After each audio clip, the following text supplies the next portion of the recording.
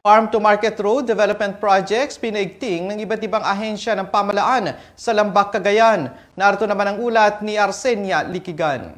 Sa pagtutulungan ng Department of Agriculture, Bureau of Agricultural and Fisheries Engineering, Department of Interior and Local Government at iba't ibang ahensya ay nakatakdang ipatupad ang lokalisasyon ng National Farm-to-Market Road Network Plan sa taong 2023 to 2028.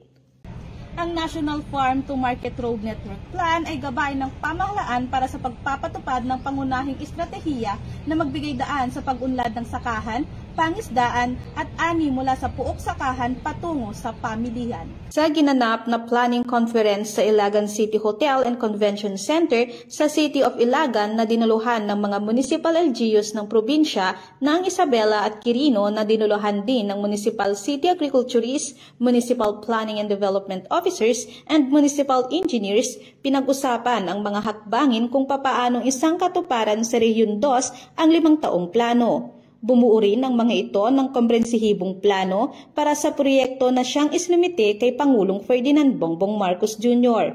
Ayon kay Regional Executive Director Rosemary Aquino ng Department of Agriculture, 93% na ang natapos sa mga tinarget na farm-to-market road projects noong nakaraang taon sa iba't ibang distrito ng Rehiyon 2. Arsenia Likigan, nag-uulat para sa PIA Newsbreak.